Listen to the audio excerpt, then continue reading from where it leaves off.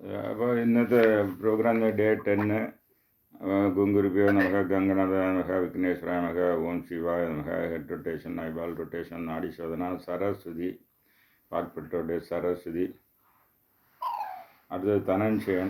ഇന്നത്തെ ഇത് വന്ന് പ്രോഗ്രാം ധനഞ്ജയനാണ് കുണ്ടലിനിയായിരിക്കുന്നത്. ധനഞ്ജയൻ തന്നെ അതിൽ ഒരുപാട് കാര്യങ്ങളുണ്ട്. അങ്ങേരെ ഇൻവോക്ക് ചെയ്യുന്ന നീല കളർ എന്തോന്ന്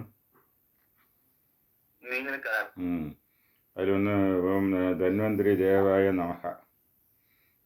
ധന്വന്തരിയാണ് ധനഞ്ജയൻ്റെ ധന്വന്തരി പുത്രൻ എന്നാണ്. ധന്വന്തരി പുത്രൻ ഇതൊക്കെ ഓൾഡ് റെക്കോർഡ്സിലെടുക്കാണ്. ധനഞ്ജയൻ വായു ഒന്ന് ധന്വന്തരി പുത്രൻ. അപ്പോൾ ഒന്ന് ആരോഗ്യം. അപ്പോൾ ആരോഗ്യത്തിനും ഈ ധനഞ്ജയന് എന്തോന്ന് കണക്ഷൻ എന്ന് പറഞ്ഞാൽ, ധനഞ്ജയൻ നേരെ ഇരുന്നാൽ ഒരു അസുഖം വരില്ല തിരുമന്ത്രത്തിൽ പറയുന്നത്. അതായത് തിരുമന്ത്രത്തിൽ മറ്റേ ബുക്കിലില്ലാതെ ഒരുപാട് സീക്രട്ട് പറയുകയാണ് തിരുമന്ത്രത്തിൽ.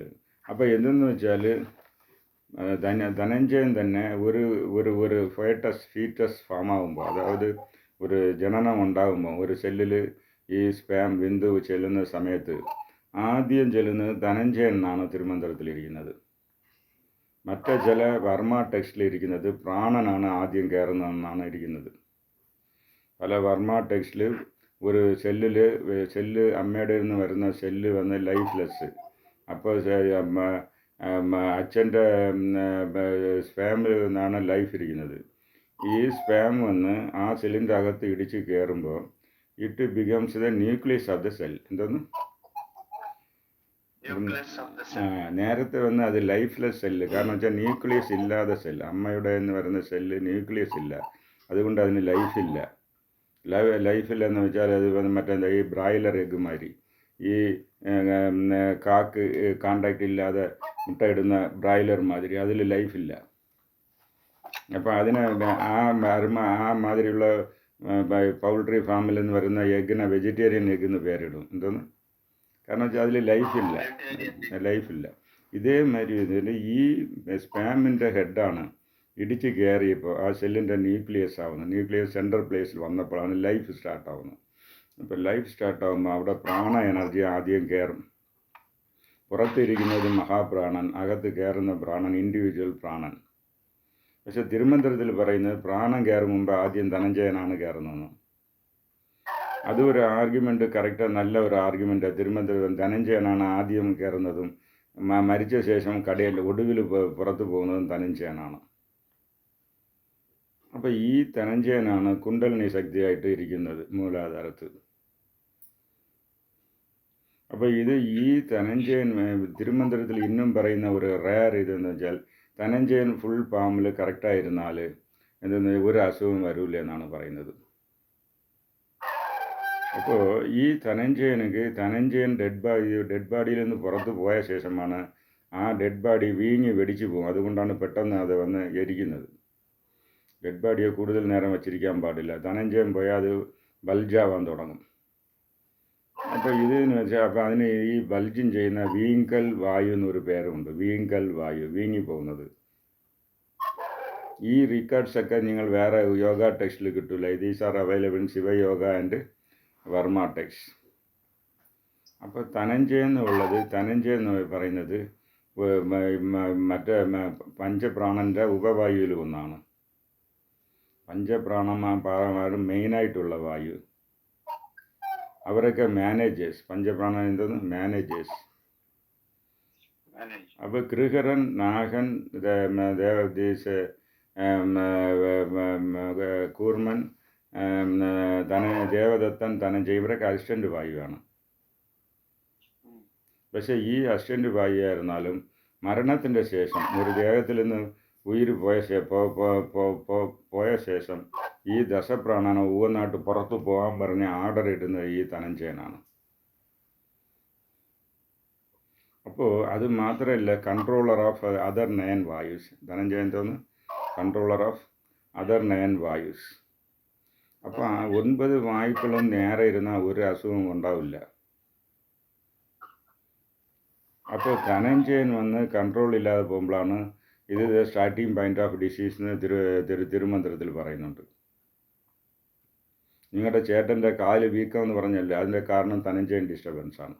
അതിപ്പോൾ ശരിയായ അത് ധനഞ്ജയൻ ഡിസ്റ്റർബൻസാണ്. അപ്പോൾ ഈ ധനഞ്ജയനെ വന്ന് ഇത് ഒരു പവർഫുൾ എനർജി. അപ്പോൾ ഒന്ന് എന്താണെന്ന് വെച്ചാൽ യോഗിക്ക് അത് 2 ദിവസം 3 ദിവസം ദേഹത്തിൽ നിലനിൽക്കും. സിദ്ധന്മാർ സമാധി ഇരിക്കുമ്പോൾ മറ്റേ വായുക്കളൊക്കെ പുറത്തു പോയാലും ധനഞ്ജയൻ ദേഹത്തിൽ തന്നെ സ്റ്റേ ചെയ്യുന്ന മാതിരി അവർ ഒരു സോഫ്റ്റ്വെയർ പ്രോഗ്രാം ഇട്ട് കളയും. എന്തോന്ന്? അപ്പോൾ സോഫ്റ്റ്വെയർ വിട്ടിട്ട് ഇവർ സമാധി കയറിയിരിക്കുമ്പോൾ ധനഞ്ജയൻ പ്രാണൻ അപാനം എല്ലാ 9 വായുക്കളെയും പുറത്ത് പോകാൻ പറയും. ഒടുവിൽ ഈ ധനഞ്ജയൻ പോകാൻ ട്രൈ ചെയ്താൽ പോകാൻ നോക്കില്ല. കാരണം വെച്ചാൽ അവർ വന്ന് ഈ ഫിസിക്കൽ ബോഡിയിൽ ഇത് ടൈ ചെയ്ത് വെച്ച് അതുകൊണ്ടാണ് ഇതിൻ്റെ പേര് ജീവസമാധി. ജീവസമാധി എന്ന് പറഞ്ഞാൽ ഈ ഫിസിക്കൽ ബോഡീൻ്റെ അകത്ത് ഈ ഇതിനെ വന്ന് സ്റ്റോർ ചെയ്ത് ഇത് കൊണ്ടുവരും. അതാണ് സിദ്ധന്മാരുടെ ദേഹം സമാധിയിൽ നിന്ന് എത്ര കാലം 400 കൊല്ലം കഴിഞ്ഞ് പുറത്തെടുത്താൽ 500 കൊല്ലം എടുത്ത് അതുപോലെ ഇരിക്കുന്നു. കാരണം വെച്ചാൽ ധനഞ്ജയൻ പോയ ശേഷം തന്നെ അത് പുഴുവായിരിക്കും. അപ്പോൾ ഇത് വന്ന് സമാധി രഹസ്യം. എന്തോന്ന്? ജീവസമാധി രഹസ്യം ധനഞ്ജയനം അവിടെ വന്ന് വച്ചിരിക്കുകയാണ്.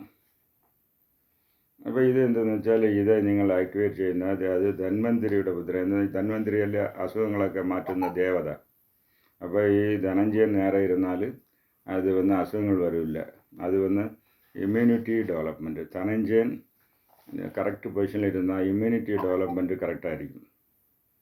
അപ്പോൾ നിങ്ങൾക്ക് ഈ അസുഖങ്ങൾ ഈ വൈറൽ ഫീവറൊക്കെ വരുന്ന സമയത്ത് നിങ്ങളുടെ ദേഹത്തിൽ ഇമ്മ്യൂണിറ്റി ഡെവലപ്പ് ആണെങ്കിൽ ധനഞ്ജയനെ ആക്ടിവേറ്റ് ചെയ്യണം. എന്തോന്ന്? ധനഞ്ജയൻ ആക്ടിവേഷൻ ഫോർമുല എങ്ങനെ പറയും?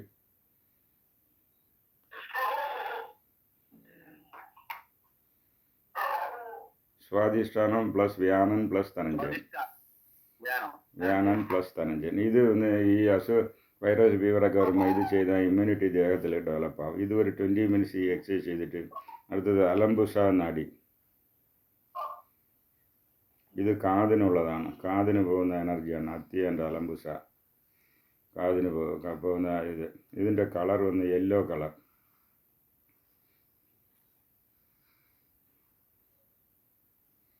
ഇതിൻ്റെ ദേവത വന്ന് വരുണൻ. ഓം വരുണദേവായ നമഃ. ജലമുത്ര.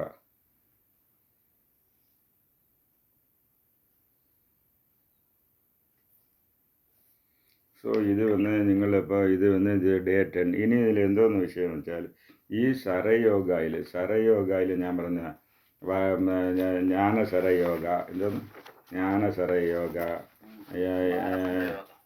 യോഗസരയോഗ, വർമ്മസരയോഗ, അങ്ങനെയെന്ന് പറയുന്നവർ അസ്ട്രോളജിക്കൽ സരയോഗത്തെ വെച്ച് അസ്ട്രോളജി പറയാം. ഇത് ശിവനാണ് പറഞ്ഞത്. ശിവൻ്റെ അടുത്ത് പാർവതി ചോദിക്കുകയാണ് ഈ ജാതകമൊക്കെ നോക്കുന്നത് ഒരു എലാബറേറ്റ് ഇതാണ്, ഇതിനൊരു സിമ്പിൾ വഴി പറയാമെന്ന് ചോദിച്ചാൽ ശിവനാണ് പറയുന്നത്. അപ്പോൾ നിങ്ങളുടെ ആരെങ്കിലും വന്ന് നിങ്ങളുടെ വലത് നാസി സ്ട്രോങ് ആയിരിക്കുമ്പം വലത് പക്കം വന്ന് നിന്ന യോസന നിങ്ങളുടെ സജഷൻ കിട്ടിയാൽ നിങ്ങൾ പറയുന്നത് പോസിറ്റീവ് ആയിരിക്കും. അവർ വന്ന് അറിയാതെ നിങ്ങൾ ഇടത് പക്കം നിന്ന് ചോദിച്ചാൽ നിങ്ങൾ പറയുന്നത് നെഗറ്റീവായി പോവും. അപ്പോൾ ഇത് കണക്കാക്കി നിങ്ങൾക്ക് അവർക്ക് സജഷൻ കൊടുക്കാൻ പറ്റും. ഇത് ഒരു വെരി സിമ്പിൾ അസ്ട്രോളജിയാണ്. വെരി സിമ്പിൾ അസ്ട്രോളജിയെ ശിവൻ പറഞ്ഞതാണ്. ഈ ശരത്തിൻ്റെ ബേസിസിൽ കുറി എന്ന് പറഞ്ഞാൽ ഈ ജാതകം നോക്കാതെ പെട്ടെന്ന് അങ്ങനെ ഒരു ഐഡിയ അസ്ട്രോളജിക്കൽ ഐഡിയ കൊടുക്കുന്ന ഈ ശരത്തെ വെച്ച് ചെയ്താൽ മതി. അപ്പോൾ ഒന്നത് സിംപ്ലസ്റ്റ് ഇത് അങ്ങനെ ശിവൻ പറഞ്ഞതാണ്. അതിൻ്റെ അടിപ്പടയിൽ നിങ്ങൾക്ക് ഏത് നാട്ടിൽ കൂടുതൽ നല്ല സ്ഥലം നടക്കുന്നോ അതിൻ്റെ സൈഡ് നിൽക്കുന്നവരുടെ അവർ ചോദിക്കുന്ന കാര്യം പോസിറ്റീവ്. അപ്പോൾ നിങ്ങളത് ശരിയാവുമെന്ന് പറയാം. അവരറിയാതെ നിങ്ങളുടെ ലെസ് ഡോമിനൻ്റ് സ്ഥലം നടക്കുന്ന സൈഡ് വന്ന് നിന്ന് ചോദിച്ചാൽ അവരത് പറയണം അത് ശരിയാവില്ല എന്ന് പറയണം. ഇതാണ് സിംപ്ലസ്റ്റ് അഡ്വൈസ്.